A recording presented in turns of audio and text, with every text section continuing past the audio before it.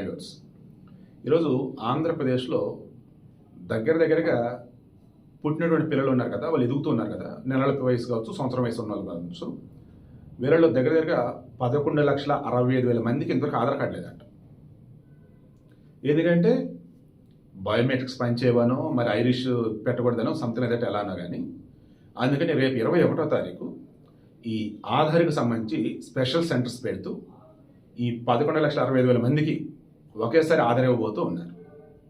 అంటే మీ ఊరిలో కానీ, మీరు సిటీలోనో పట్టణంలో ఉన్నట్టుగా మీకు నియర్ బై వచ్చేసి గవర్నమెంట్ ఆఫీసులు అడిగి చూడండి. పుట్టిన పిల్లలకు సంబంధించి మేము ఆధార్ తీసుకోలేదు, ఈ పిల్లలకి ఎక్కడ ఆధార్ ఇస్తున్నారు ఏంటి, స్పెషల్గా పెట్టారంట కదా కౌంటర్ అని చెప్పేసి లైక్ అవేళ కనుక్కోండి.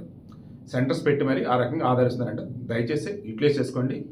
ప్రతి ఒక్కరికి ఆధార్ ఉండటం మ్యాండేటరీ. అండ్ ఇక మీదట ఎట్టి పరిస్థితుల్లో మా దగ్గర ఆధార్ లేదు అని ఎవరు ఇబ్బంది అయితే పడకండి. త్వరలో నాకు తెలిసి పుట్టిన బిడ్డకి ఎలాగైతే ఆసుపత్రి వాళ్ళే మొత్తం ఎంటర్ చేసేసి సిస్టంలో బర్త్ సర్టిఫికేట్ వచ్చేలా చేస్తున్నారో ఆసుపత్రిలో, అలాగే ఆధార్ కూడా ఆసుపత్రులు ఇచ్చేలాగానే చేయగలిగితే ఇంకా సూపర్ ఉంటుంది.